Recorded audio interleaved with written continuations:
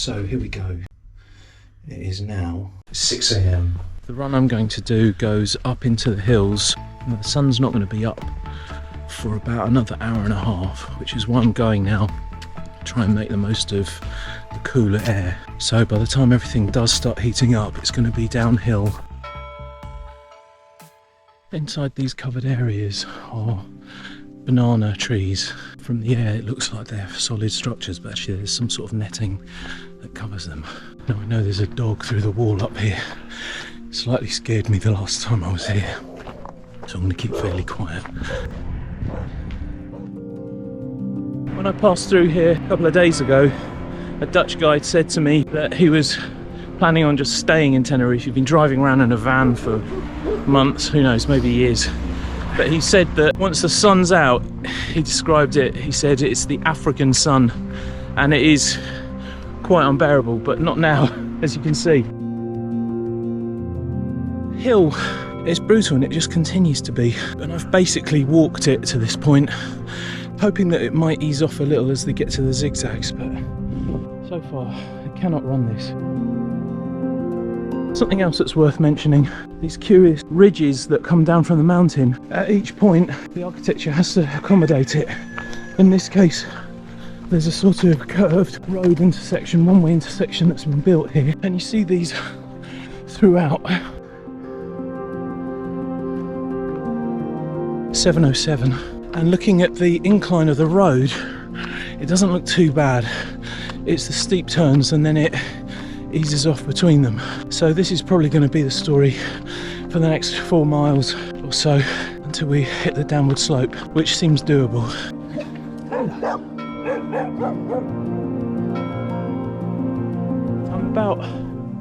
I'm at about the halfway point of the zigzagging bits of road, and the sun has started to come up, and you can see it is pretty spectacular. The winding of the road isn't as severe as I anticipated, but it's still something. But it's great to be doing it under cloud cover. Just amazing. At this point, I can actually feel it is slightly cooler. I can see just a little bit further ahead, there's quite a lot of mist, and you can see it's where it's really touching the ground, and you can feel there's a dampness in the air. I think it's not much further before it crosses over, and then we make our way down on the other side. With the dampness and the slightly cooler temperature, there's a lot more greenery. There's a definite smell here, and it's something that I associate with the spice rack at home. Something really, really vivid in the air, quite extraordinary. I'm terrible with my smell, but I definitely recognise it, and I'm not sure what it is. Baffling. I just walked past what I thought was a collection of leaves, but it isn't. Check this out.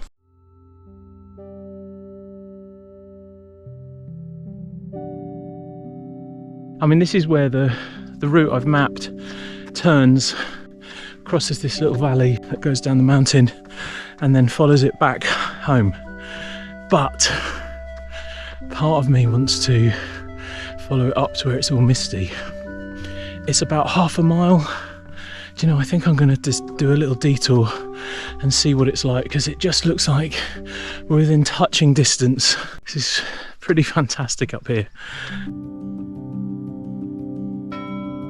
So, taking a slight detour,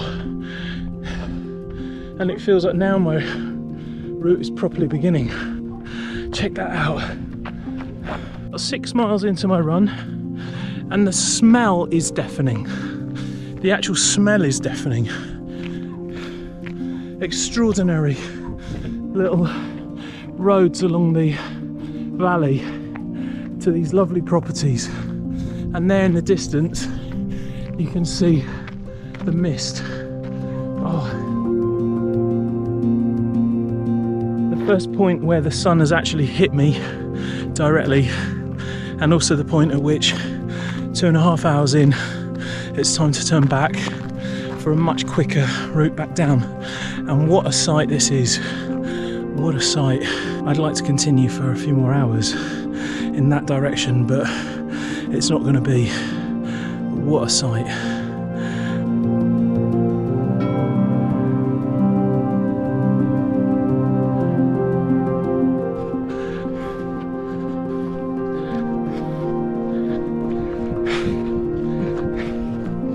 See those steps going up? Stuff it, I'm going to take this little route. It looks so interesting. Let's see where this goes. Ooh, rickety.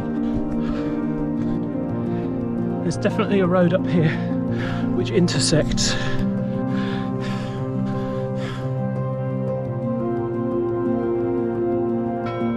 Amazing. I've just come out with a massive view in front of me, and the clouds are basically level with me. 9 miles in. Look at that.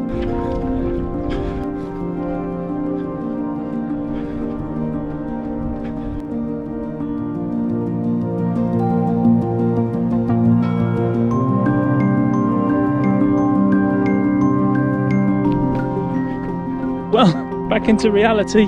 It's pretty much straight. It's a more or less straight route all the way through down to the hotel. A little bit more tricky now. I've got to watch out for traffic and things.